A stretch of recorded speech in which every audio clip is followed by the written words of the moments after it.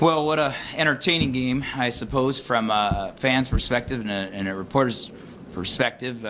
Back and forth, classic rock fight in the first half. Neither team could really hit a bucket, but I think that was attributed to both teams' defense. I think we were both scouted quite well, had opportunity to know who the shooters were, and both teams did a great job. And going into halftime looking like it was a football game, 23-20.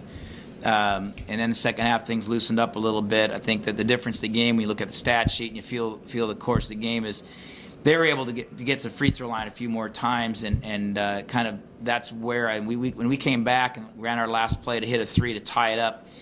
I thought the ability for them to score some inside buckets and get to the free throw line kind of kept them right with that. And then it came down to who hit the last three. We hit ours to tie it up. We held them to only 4 made threes, but the most important one was the one with 4 or 5 seconds left on the clock. So give them credit. Roundtree kid stepping up on that last shot. We blinked. He pulled the trigger from there, and that made for an exciting game. Coach, Seth Weeby with the Anchorage Daily News.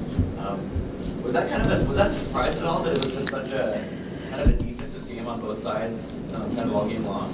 Well, I don't follow the Las Vegas line as far as the over-under goes, but I would bet if somebody did follow that line, they would probably see that we were far under the anticipated, what the computer, Ken Palm or one of those guys, whatever they predicted the score. I think that we would think that it would have been a 35-40 first half, and 70s and 80s. Both teams shoot a lot of threes.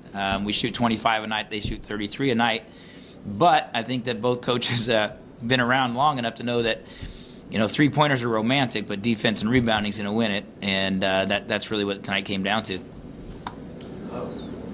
What was Central Michigan doing on defense that was maybe disrupting you guys a little bit, or was it just that the shots just kind of weren't falling that they normally would?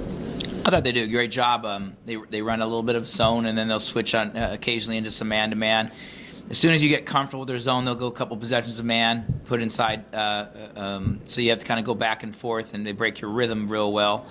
I thought we had 3 or 4 really good looks that didn't go in the other night. We made them. I thought they did a great job of taking Kuba Nijo out, who hit 5-3, was 5 for 5 previous game, and tonight he's 2 for 6. And they were right there on the catch. Then I thought we did the same thing, though. We held them to 4 for 18 3-point shooting. So I thought it was just both teams really well prepared. We had the day off with Thanksgiving, and both teams got a scout live. So we had video, and we had a live scout, and we had a day of preparation. We had no classes, so we have a very selfish time during Thanksgiving. Our guys were able to have long practices, long film sessions, a long dinner, and then back at it this morning. So both teams were very well prepared for what was going on. And then, obviously at the end, 3 seconds isn't a lot to really do much with. What was kind of the plan with that last 3 seconds? Well, what I anticipated to happen was that they were going to try to foul us. I thought they weren't going to allow us to get the shot up. And so what I was trying to do was make sure that we could go into our shooting motion. What we tried to do was clear the court so that the referees could see if there was anybody grabbing. And as soon as they were going to try to grab, our idea was going up for the shot. And so Donovan, I was blocked off, but the plan for us was to try to, get the shot up, because I thought they were trying to foul intentionally so that we couldn't see it. I think anybody that probably followed the Anchorage game last night would probably have said, why not go ahead and foul so they can't make that 3? So I really felt like the experienced coach there that he was probably just going to grab us, and I was blocked off, but I thought maybe they were going to try to grab him, or did grab him, and he was trying to go up into the shooting motion.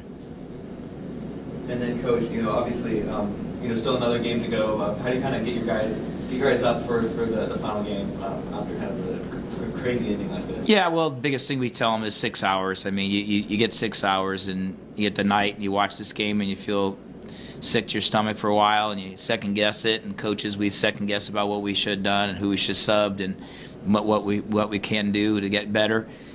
But then tomorrow, whether we had won today or lost today, yes, the next day doesn't guarantee anything from the past. Whether we're playing for third place or for the championship, we have to get ready for another game. So you have to bury those victories as quick as you bury losses. And I think our guys are strong-willed and they're strong-minded, and we've got a more mature group now. I think Donovan Fields has played a full year for us now as a junior. He was a junior college transfer. He came in as a sophomore, and he had the ball in his hand, so he's competitive and fiery. Our senior captain, Victor Joseph's a winner, and he'll bounce right back. He'll get a good night's sleep and some food and watch the game, and they'll be ready to go for that third-place game and go to Alaska and try to win 2 games here, close out, historical tournament.